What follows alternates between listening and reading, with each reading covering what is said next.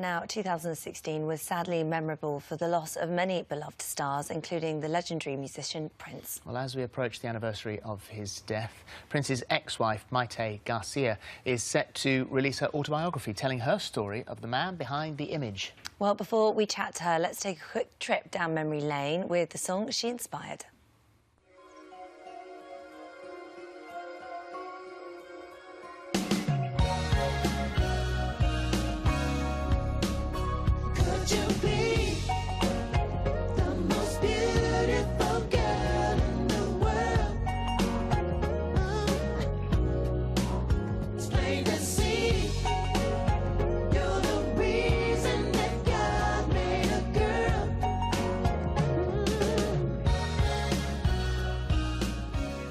And Mayte Garcia joins us now live from New York, and welcome. It's so lovely to be speaking to you this morning. I wanted to start our chat with when you first met him, and you were very young. You were 16, and you went to a concert of his in Barcelona, and you weren't going to go because it was your sister that was the fan.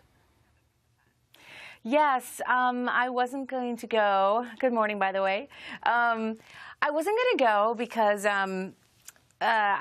we had just been to Michael Jackson, and it was really crowded, and a lot of people were pushing, and I just remember it not being a fun experience. I mean, I love the music, and it was hard though to enjoy the concert. So I just kind of had it in my mind. I was like, I'm not going to do that again. So we were camping, my family and I, in Spain, and we had enough money. We had budgeted enough money to go see Prince or Tito Puente and Celia Cruz. I knew that concert, the Celia Cruz concert, was going to be a lot less crowded and crazy, so that's where I wanted to go. But then my mom made the final deciding factor because the title of the show was called Nude. So we went. And so it's one thing to go to a concert, it's another thing ending up one day being married to the guy that's in the concert. So how did it happen? How did he show up on your radar? How did, more importantly, you show up on his radar? I mean, you know, Purple Rain was a very popular thing, and crazy enough, I was talking to somebody recently, and my mother took my sister and I to go see Purple Rain, and I think I was 9, and it was rated R, which nowadays, I mean, I would never take my daughter to see a rated R movie at 9, but whatever, it happened, and I went. And it kind of left an imprint. I really loved his energy. I loved the movie. I would jokingly tell my mom, I have it in the book, where I said to her, I don't know where it came from, but I said, I'm going to either marry Luis Miguel or Prince. And she would just be like, okay, all right, Mayte, whatever. And I just kind of was like, no, I mean, I'm just telling you, I'm putting it out there. Well, you were a dancer at the time, and you had a video which you handed into security. He then said, I'd quite like to see her. You wandered down there, thought, oh, it's just a rock star, but it's like an audition. And there was a click straight away. How old were you the first time you met? What, in a dressing room, or because I know that when you went to see him, first of all, you took your mum, took your sister. But how old were you when you first, like, face-to-face, locked eyes? 16. I was 16 years old. So what was the relationship? But I wasn't a regular 16 years old. I mean, I was a professional dancer by then. I was working for corporate events and Cairo, and I had a lot of opportunities at a very young age. But it got sort of more than that, because the relationship moved on, the friendship moved on. He got your number, you chatted backwards and forwards, and then it came to you going out on the road with him. You were too young to go out on the road with him, and this is the bit that both Holly and I went, what? That your dad made him your legal guardian so that you could go on the road with him. Yeah, I mean, because my father saw the back and forth between Prince and I. I would send him video tips of my dancing, and he would send me music. And I kept going on these trips to visit him, and he just knew. And when Prince asked him if I could come to Los Angeles, it was actually when he was doing Diamonds and Pearls video. He was doing Cream and Diamonds and Pearls in the same kind of the same production.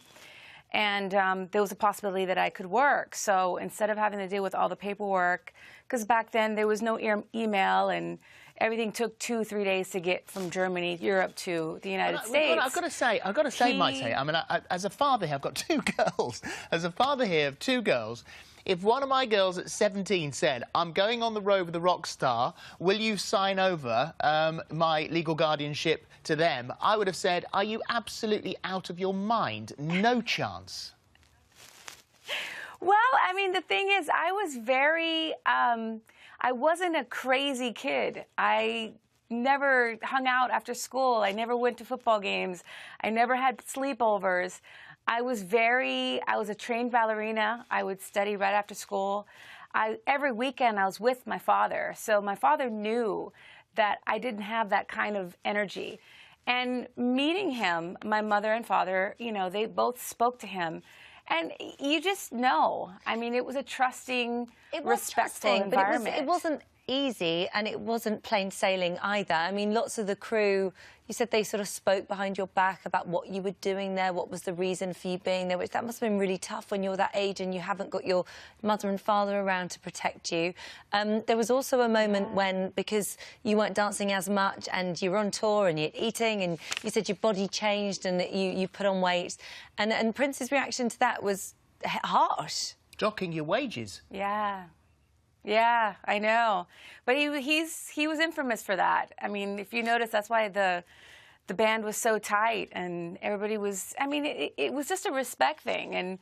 And he didn't do it very often. Control? Because it sounds quite controlling. Because, I mean, even he went further with your clothing and your hair and all of that thing. I know in a way you can go, well, that was him as an artist and that's what he saw and that was his vision. But actually living that on a day-to-day thing, it must have, sometimes you must have felt quite stifled.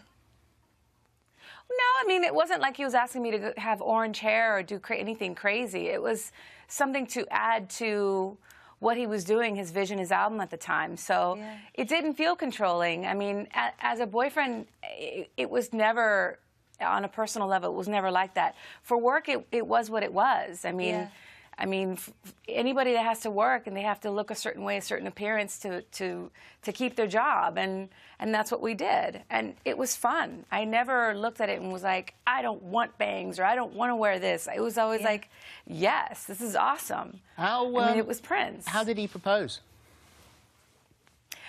I was promoting an album with the New Power Generation, and I was in Spain. Ironically in Barcelona, and it was the exact same day that I went to see the show while we were camping in 1990. It's crazy. Our wedding program, he titled it Coincidence or Fate, ?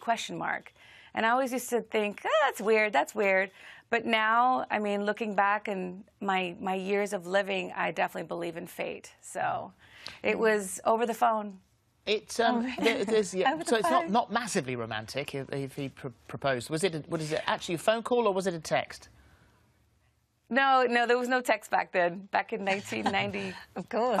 No, there was no text messaging. But I mean, it was over the phone. But then he made up for it, because soon after that there was a whole. Oh my God, my alarm just went off. Oh, sorry. My alarm to wake me up. That's all right. You're doing very well for being asleep. Yeah. I know, I'm totally asleep right now. No, it was, he made up for it by doing this whole paper trail of hearts and flower petals, and I mean, it was very romantic. There's a lot of detail in the book, and obviously we'd never get time to go through everything. But you do hint at the fact that you were aware that he wasn't entirely faithful before, during, after. Yeah, I mean, I can't sit here and go, well, during this time it was this and this time. I mean, it's interesting because after he passed, I connected with a lot of people, and I mean, to hear the stories before me, and then hear accompanying people that were at the same time with him, I was like, I don't know how this man did it. It was crazy, but I mean, you know, it's not anything to think about. I didn't feel it at the time. I felt like I was held up in a pedestal. He respected me. It was honorable. It was a beautiful, beautiful romance. It's not massively honorable if your husband's out having affairs and you only find out afterwards. Well, no, I mean, I don't think during the time. I mean, I don't think during the time. I don't think so. That was going on. Yeah, and Yeah. you said that everyone was scared of him. No one wanted to. If you told him something he didn't like, then you were out. And I assume that when it comes to his life moving on, it just appears that you have your moment of burning brightly, and then it sort of fades out, and he moves on, and then Manuela Testolini, his second wife, was introduced to the group, and you say you knew, okay, maybe my light's about to go out. I mean, not really. I thought like my light was going to go out. I just knew. I mean, that's just the way he was. And I mean, that's kind of how people are in life. I mean, you have a time with someone and you just move on. I mean, it's definitely more common now. It wasn't something that I was like, okay, it's time. I always had hope that it was just something he was going through because of all the tragedy that happened in the family. I just figured that he was just going through a phase because I'd seen him go through different phases, you know, musically and artistically, that I was like, okay. And he'd always come out of it. He had a good heart. He had a good heart. And yeah, I didn't feel it like that. I mean, I always had hope. And we were also shocked last year when we found out the news that he'd passed away. And you found it was Manuela who contacted you to let you know. And it must have been, I mean, extraordinary for you to lose somebody like that had been such a huge part of your life. Oh, yeah. It was something. I mean, I grew up in the military, and my father was a pilot, so I always had this fear, and actually had something traumatic happen where his helicopter supposedly went down, and it left an impact in me to really appreciate people and that life can end so quickly.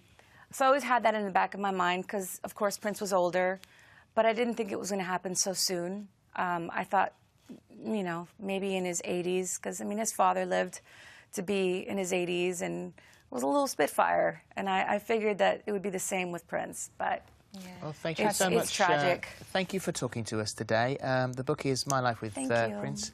Here's what it looks like. That's my taste book. And Thank you. thank you for getting up early for us. Yes, we appreciate it. Now go back to bed. Oh, you're welcome. Thank you very much. Thank you. Right, after the break, we'll be finding out what the Duchess of Cambridge was up to in London last night when we catch up with Ryan. We'll be back in a moment.